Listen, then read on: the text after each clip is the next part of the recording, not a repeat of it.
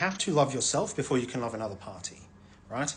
If you are deprecating yourself, which is what we're trying to avoid, we should not be sending text messages where we're deprecating ourselves, right? We should not be compromising ourselves for the sake of trying to manufacture this relationship or this connection. This is what a lot of people might think how relationships are supposed to be. There's supposed to be a lot of compromise, but that's not true, because how are you supposed to be in a relationship if you wear one black shoe and one brown shoe? That's what compromise is. We need to love the other person, but the only way to love the other person is we need to love ourselves. Stop trying to put the airplane mask on the other person and focus on putting yours on first.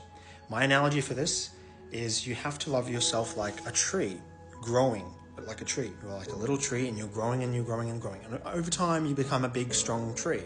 This tree, who we are, only comes about because we love ourselves. We keep absorbing the sunlight, we keep absorbing the nutrition in the earth, we keep sucking in the rain, and we keep growing.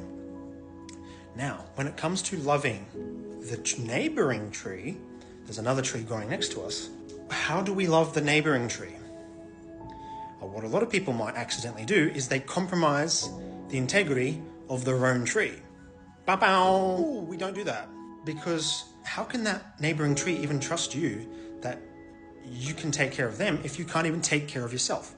Instead, what we do is we just give nuggets. We give the residue from our tree onto the neighboring tree. For example, let's say you had to give money. You could look at donations in the same way.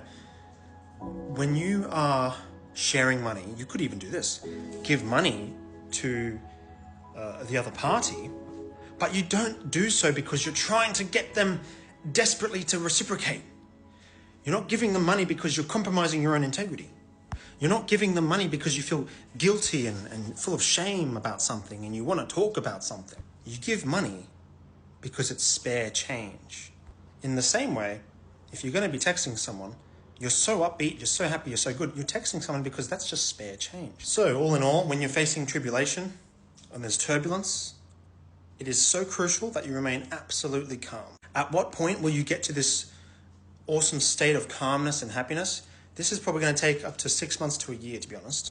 Or, depending on how the other party reciprocates, depending on if there's any actual valid reasons to be in communication with you.